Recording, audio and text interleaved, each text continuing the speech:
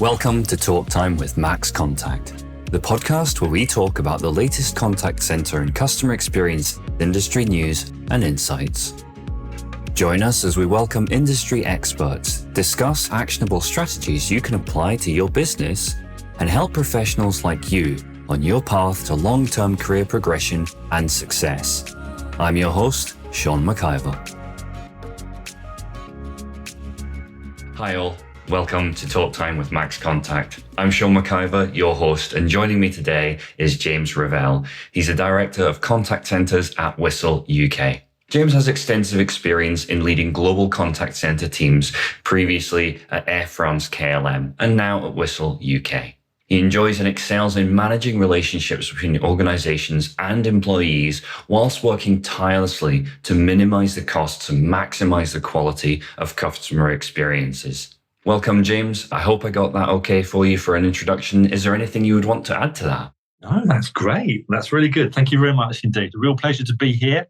Yes, it's been a long time in customer service. Now I started off 25 years ago. Oh gosh, on the phones, as they say, and not look back. It's been a great journey. Enjoyed it thoroughly. Excellent. And actually, that's a really great starting point from my point of view.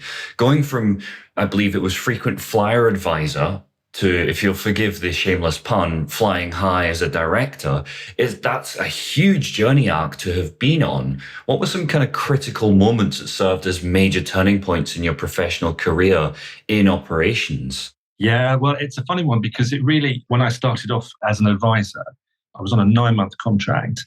And after that 9-month contract came up, I moved into commercial side. And whereas I had a good time in commercial, it wasn't until a few years later when I came back into the customer service arena, still with Air France KLM, but moved away from the commercial back to contact center as an operations manager. Well, that really was a kind of an epiphany for me because I really discovered at that point just how much I loved it. And it really became a great journey from there on in discovering, going through all the different changes that have happened, both within the airline industry and also critically within customer service, at a time where I think customer service became more integral to companies.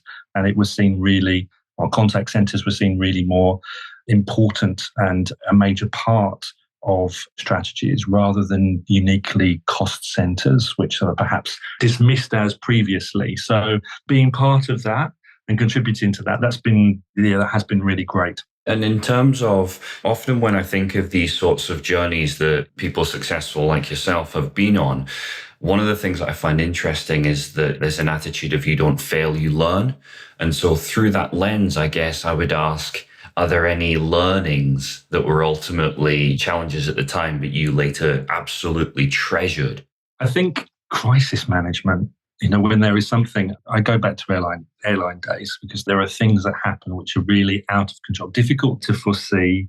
The volcano, the Icelandic volcano, for example, suddenly out of nowhere, and then you've got the whole airline network is grounded for ages, and that really was a crisis. And just managing that and trying to get that balance between people and your customers. And during those difficult times, it's like a different mode. So I think it's really having that kind of energy through that to see you through, even at times where things seem absolutely desperate. And then I think that put us in good stead, and I think every industry saw this as when COVID came along. Absolutely, you could not have foreseen that coming. And then, it completely blindsided everybody. And you really had to go into kind of crisis mode, an extended crisis mode, which I think was really particular and peculiar on this occasion. And that required, I think, superhuman amounts of energy for everybody living through that to try and get through that. So that kind of gave some kind of lesson, but it really did push it to the extreme. Yeah, I think from my point of view, it's worth pointing out that old adage of camaraderie thrives in adversity. And I think we really saw that through that period, particularly of the pandemic. And speaking to the Icelandic volcano, if I'm honest, I'd completely forgotten about that. And yet, as soon as you said it, I was like, oh, yeah, of course. Yeah, no, that's fantastic. I think that crisis side of things is a good point. And one of the things I think from a learning perspective is always coming out of those crises. You're in crisis mode. It's knowing when crisis mode stops as well, because I think teams And me personally, as an individual, you can get into that. And it's a real approach of living in the minute, in the hour, reacting to things that come up. There has to be a definite point where, as a leader, you say to your teams, right, this isn't a crisis anymore. It's back to business as usual. And that's quite something that really does that transition. It has to be announced. Otherwise, people can go on crisis mode. And that's not sustainable from a well-being perspective, but also operationally, the two modes aren't necessarily compatible. So if I can leverage and kind of go off script a little bit there, then. Yeah, of course. Yeah. How do you identify that moment when you kind of go, right, we're no longer in crisis mode? How do you identify that? What are the markers for that from your point of view? Because that's a really critical thing. And I think business is still challenged with that. Absolutely. And I think there you're listening to your customers at that point and following the metrics. If your metrics are getting back on track, if you listening to your customers, the feedback from your customers isn't centered so much around what has happened, but looking to the future, then I think at that moment you have to take stock and say, right, this is perhaps the right moment to announce this or get everybody to accept the fact that we're moving into a different mode. So listen to the metrics, listen to the customer, and I think they will tell you what's happening, and it should fuel and nourish the decision making forward. So before we continue on, I think that's going to be one of the themes of this conversation, is that link between employee engagement, customer experience, and the contact center in general. So with that in mind, I'm going to shamelessly leverage some of your experience here. You were the head judge on the UK National Contact Center Awards, and that was earlier on this year. What were some of the key themes, lessons, and how can organizations who are out there leverage these to really improve on that delivery of customer experience? Sure. Yes, it is. So I've been one of the head judges. There's five of us for the CCMA, the UK National Awards, for a few years now. And I think, going back to COVID, it was very different. At that point, you saw, again, very distinctively, organizations were all in crisis mode, and some great stories and some very emotional stories about how they got through that from a colleague and customer perspective. And now moving out, you've got people, and it's rather nice. You can see that optimistically people are looking at growth again, coming to terms with business as usual, or trying to understand what business as usual is post-COVID. And I think difficult for many industries, just in terms of contact center basic of forecasting activity.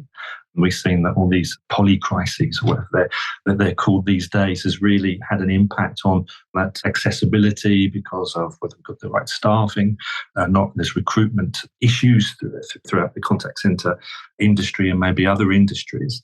But I think there's one thread really throughout that. I mean, I was at the stage where it's all the finalists, so some really great stories. And I think throughout this, it's joined up.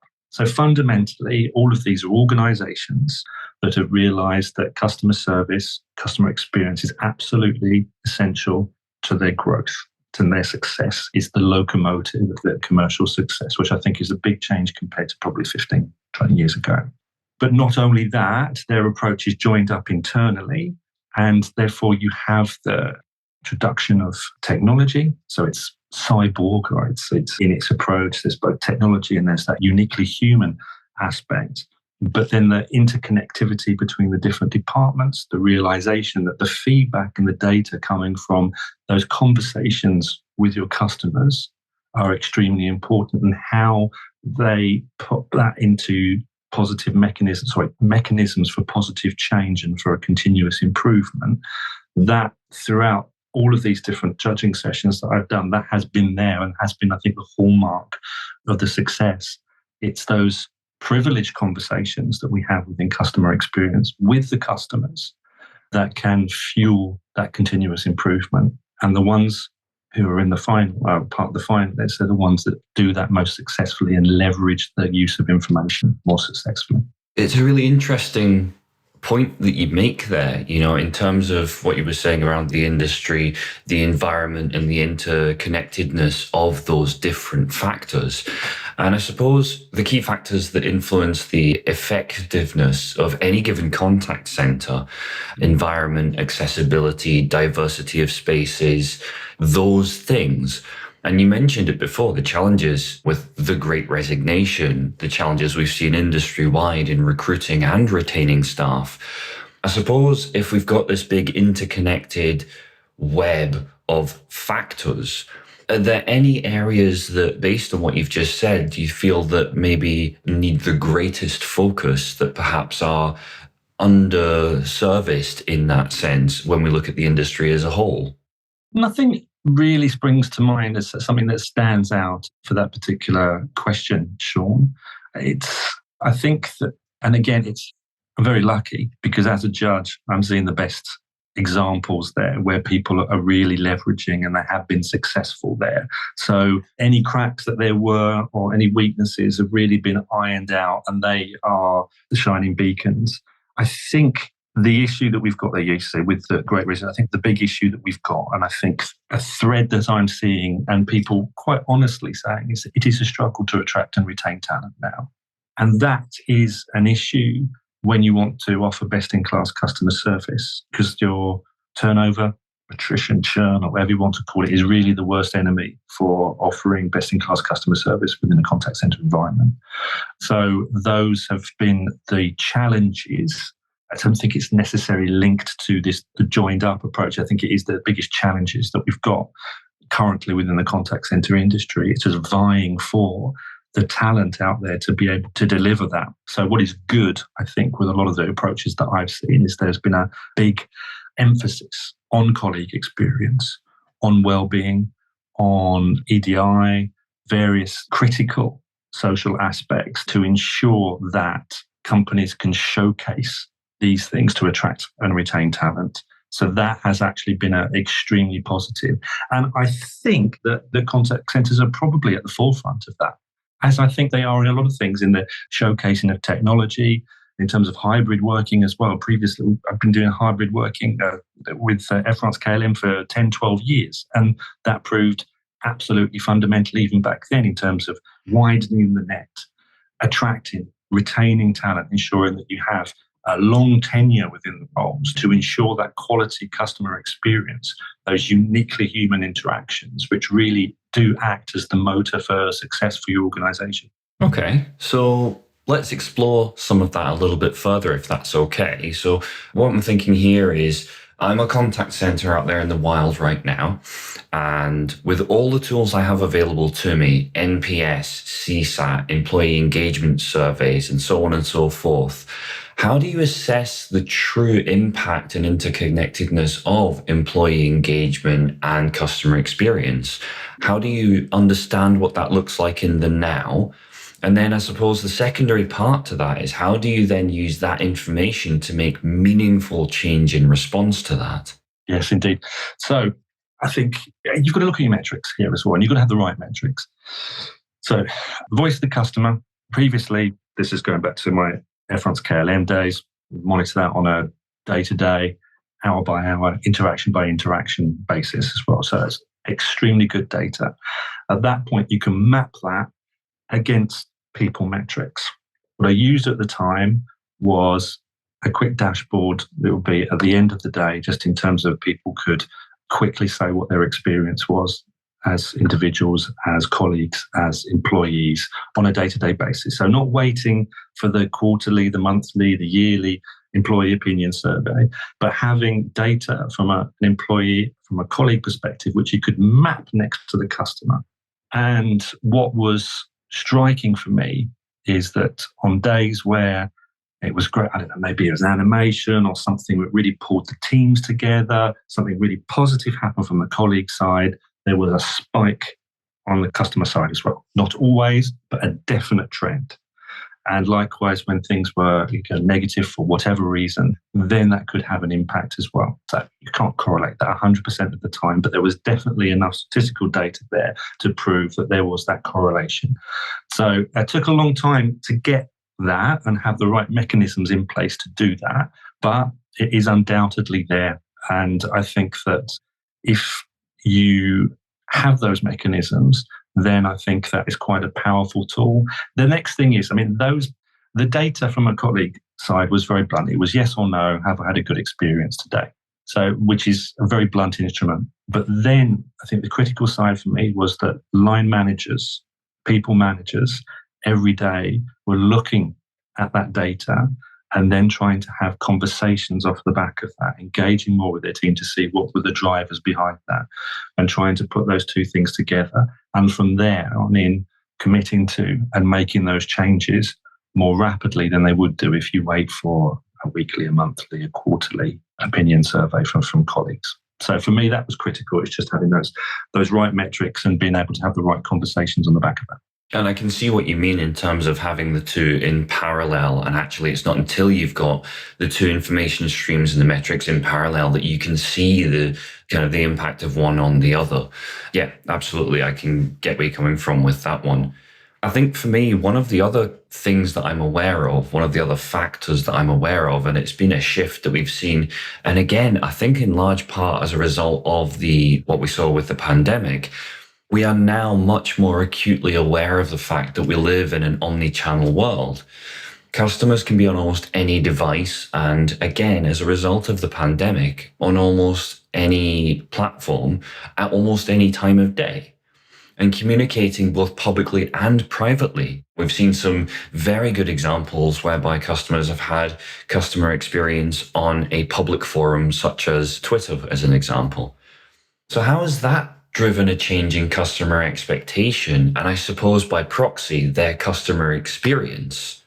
And I guess in what ways has the industry responded to that change effectively? And again, are there any areas where you see there's a real opportunity for significant improvement? Yeah, so I've seen that. So I think it was something, and again, a frustration, I think, and you can tell that from a colleague experience perspective. If you've got not a proper omnichannel approach, and it's not a joined up approach, the quality of those interactions, frustrating from a customer perspective and also from a frontline colleague experience, because they want that view. And I think that there's a slight, we talk about the introduction of technology within the contact center as perhaps maybe, should be fearful of it. But no, there's a great symbiotic relationship between the two. And I think that colleagues really appreciate a successful integration of technology, which will help their day-to-day life, make it simpler and make their interactions more fruitful with the customer. And it's absolutely true what you say, just in terms of having that one view of customer and being able to join up the dots and, if you like, alleviate and make easier for the customer to navigate complex organizations, then there is a lot of benefit in that. I don't think that we are I don't think everybody has yet grasped the power of that yet. So I think there is some work still to do on that front, and exploiting, and I'll be the first one to express ignorance just in terms of the capabilities of the technology that we sit. So I think within organizations, we perhaps do not scratch the surface just in terms of the potential for the use cases that we've got. And I saw that previously, and the data that we can take out of that, the changes that we can implement. And then going back to what I previously said about companies who are award-winning, they have got under the bonnet of that, and they appreciate the impact that having that one view, single view of customer, all data joined up, and then feeding that information back to product teams, service teams to make those changes. That's really where the added value of that whole approach is. I find that really interesting. One of the things that's been historically, it's been a conversation point, and it exploded some years ago, and that was the conversation around this theory of big data.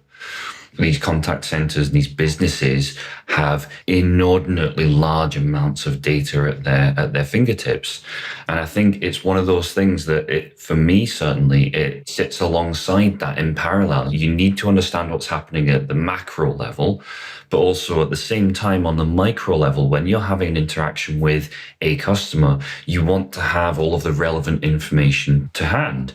I don't want to say, I emailed about this previously and not have that person able to identify that or able to respond to that. And you've beautifully answered already my part B of the question, which was how the shift to omnichannel. No, you've jumped ahead, you've beat me to it. And I love that. How has it affected employee engagement? And I think that that's a really important point. I keep saying this, and I will keep saying this, and I won't apologize for it. No one comes to work to do a bad job.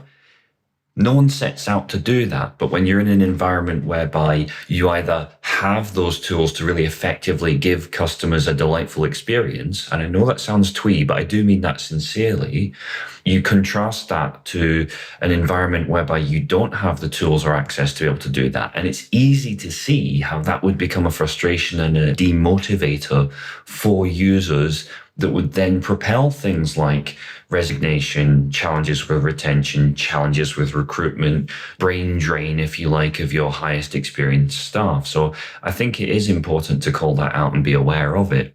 Yeah.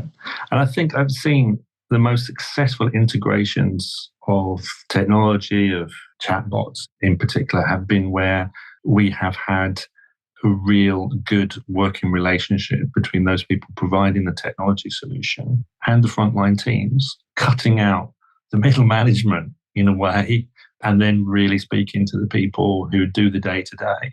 And they were great ambassadors for the change that was happening, not viewed as a threat, but seen as something that would bring more value to the work that they did, enable them to deliver better outcomes for the customers. And it all became quite a virtuous circle. So that delivery of that good technology piece within the human framework doesn't need to clash at any point. It can be done extremely successfully with the right conversations with the right stakeholders.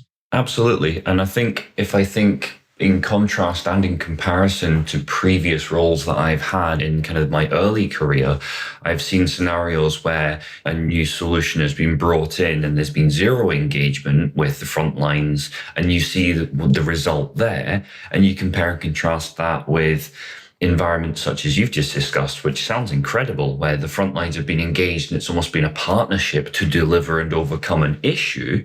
It's not a foisted on, this is, you will do this. This is a, how can we work together to resolve that? And that partnership, I think, is critical. Because you've mentioned it, I'm going to delve a little deeper into it, if that's okay. We're in the early days, or the nascent days certainly, of ChatGPT, artificial intelligence, chatbots, and the onset of what many are kind of referring to as, Bill Gates said it was the biggest sea change in technology since the first personal computer.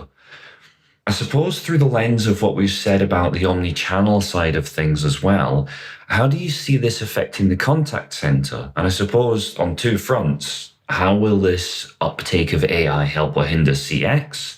And how will that proliferation help or hinder employee engagement, do you feel? Yes, indeed. So I think, and it is really early days. We don't know what that is going to be, what that's going to look like tangibly. But if I look at other big changes that have come along, and I think it's very easy to talk negatively about the impacts. I know when I went from the commercial environment through to a contact center environment, it was really where e-commerce, web sales, that was where there was great growth in that. And people were saying, well, don't go to a contact center because there's going to be no need for contact centers as a result of the proliferation of web sales. But in fact, that was a renaissance for contact centers. So I would see this as I've not got a crystal ball. I don't know what it's going to bring. But again, it should not necessarily be a threat. It will bring a lot of great benefits from a customer perspective, but it will also bring, from a colleague perspective as well, a lot of benefits to, again, I think pushing what has happened over the past few years with the self-serve chatbots and things like that, taking perhaps the repetitive, the mundane, and then pushing that perhaps the more valuable human interactions, which we've seen we need through COVID more than ever, looking after vulnerable customers, people that are on emotional customer experience journeys, for whatever reason, we need that human. So there is, and I think this is the issue that we have to deal with within a contact center environment. We cannot say that contact center advisor, supervisor, managers are second-class citizens, or it's entry-level jobs, or it's just a call center. It's not their engagement platforms now. It is very difficult to find people that take the intensity of those emotional interactions with their adaptability, very finely tuned social skills, those are very precious commodities. So there has to be, I think, a change or perhaps an evolution, because I don't think where we were many years ago in that perception externally and also internally in terms of what being in a contact center is all about, because that is changing fundamentally. And it's going to become increasingly difficult to find that talent to be able to fuel the interactions that come through because of the success of AI and ChatGPT and whatever that may bring for the industry. I think you raised some really interesting points there. It's one of those, it always used to make me cringe. I've been involved in the industry for not far off 15 years. And it was always your story at the very beginning. It came in as a 9-month contract, and I kind of clocked that in my head. And I was like, I remember that. I came straight out of university with my degree, realized that David Attenborough had my job already and I wasn't going to get it. And I was like, I'll go and work in a call center for a couple of months. And lo and behold, here I am with a career that I'm immensely proud of, but not necessarily one I set out to achieve. I've got skills that I've developed and honed over that time. And whenever I hear someone say, oh, it's just a call center, I feel my hackles go up on the back of my neck and I get very defensive about it. And I think it ties into something that I saw you've talked about previously, which is around contact center mergers, outsourcing as vehicles for savings on outgoings. So I guess the challenge there's two parts to this. Number one, if you go down that route, you've got that advantage that work exists on the other party, or it's diminished in some way, shape or form. But I suppose if a company, this company X out there is looking at that as an option, how do they ensure that they retain that customer experience? Because that's effectively their brand, which is one of their most valuable resources. So on the one hand, you've got reduction in challenge with recruitment and retention, but on the other hand, you've got this preservation of brand. Yeah, indeed. Absolutely. How? So I spent the last few years working with outsourced partners as we changed our operational footprint for Air France KLM, and now an outsourced company. And I am really heartened by the fact that we have a very proficient, experienced team of what I would brand ambassadors that can work as an extension of a company and help them with their customer experience strategy. So it is a partnership. And I think that for any company working, so this is going back to my experience with Air France KLM, you have to work really closely. You have to work really closely and create that partnership, that meaningful partnership where you are communicating on a daily, on an hourly basis and feeding back information, both sides, to make those improvements. The difficulty you've got is making the brand, making the values come alive with your partners. And I think there's some really experienced and skillful teams out there, and Whistl is one of them, I'm pleased to say, having been there for a month, where they can make those customer experiences and values come alive very adeptly because they work very closely with our clients, with our partners. And it's that relationship that you can build up and take a lot of the strain off as well, because the forecasting activity and an upscaling for seasonality, that's extremely difficult. So take a lot of the pain away. Difficult part is that longer term piece, the relationship building, and to ensure that the values echoed and are very present in those interactions. And that is the golden thread that holds together that customer experience. I couldn't have said it better myself. Great answer. You win. Okay, I'm conscious of time. Unfortunately, our time is drawing to a close. So I've got one final question for you, which is try and end on a bright, hopeful note. The industry we're in, 80% of traffic is still calls. The AI revolution is, as you say, more likely to be a renaissance rather than a revolution. The industry's tracking to achieve significant growth over the coming years. That's going to need a new generation of leaders. So what characteristics or personality traits do you feel help any given individual really stand out to you as someone to watch as a forthcoming leader? Passion. Absolutely. It's an enthusiasm. The great thing about contact centers, you open the door, a good contact center, it's tangible. You can feel it. You've got a group of customer experience professionals working tirelessly to promote the brands that they're supporting. And you can feel that. couple that enthusiasm with a real passion, not only for the product, the brand, the company, but interacting with colleagues to improve outcomes, to coach. Leadership is a very different beast to it was 20 years ago. Absolutely. You have to be able to engage authentically across multiple stakeholders. So starting off, and I think this is why a lot of people that started off on the phones have seamlessly perhaps moved into leadership positions, because those foundations are there. That ability to interact and be authentic with customers is there. For the leaders, the leadership, you're taking it to the next level insofar as that becomes authentic. You can have to work as a coach, you have to be a first aider sometimes, you have to give guidance, you have to give vision. But fundamentally, you can learn that those foundations there, that authenticity, that ability to engage and to adapt with people is there for the majority of customer service professionals. Excellent. And I feel like that's a fantastic place to wrap up for this session. I thank you hugely for joining me today. Thank you, Sean. And yeah, I look forward to following the journey that you're on. So yeah, thank you ever so much for your time. Thanks very much. Much appreciated. Talk Time is brought to you by Max Contact. To find out more about Max Contact and how our customer engagement software can help you and your teams provide smarter customer experiences, visit maxcontact.com and book your personalized demo today. Be sure to search Talk Time with Max Contact in Apple Podcasts, Spotify, Google Podcasts, or anywhere else podcasts are found, and leave us a positive rating to help other like-minded individuals join the conversation. Finally, before you go, never miss a future episode by clicking the subscribe button and turning on notifications. On behalf of the team here at Max Contact, thanks for listening.